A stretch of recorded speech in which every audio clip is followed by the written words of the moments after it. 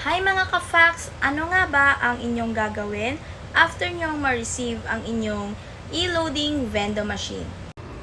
First step is plug the outlet.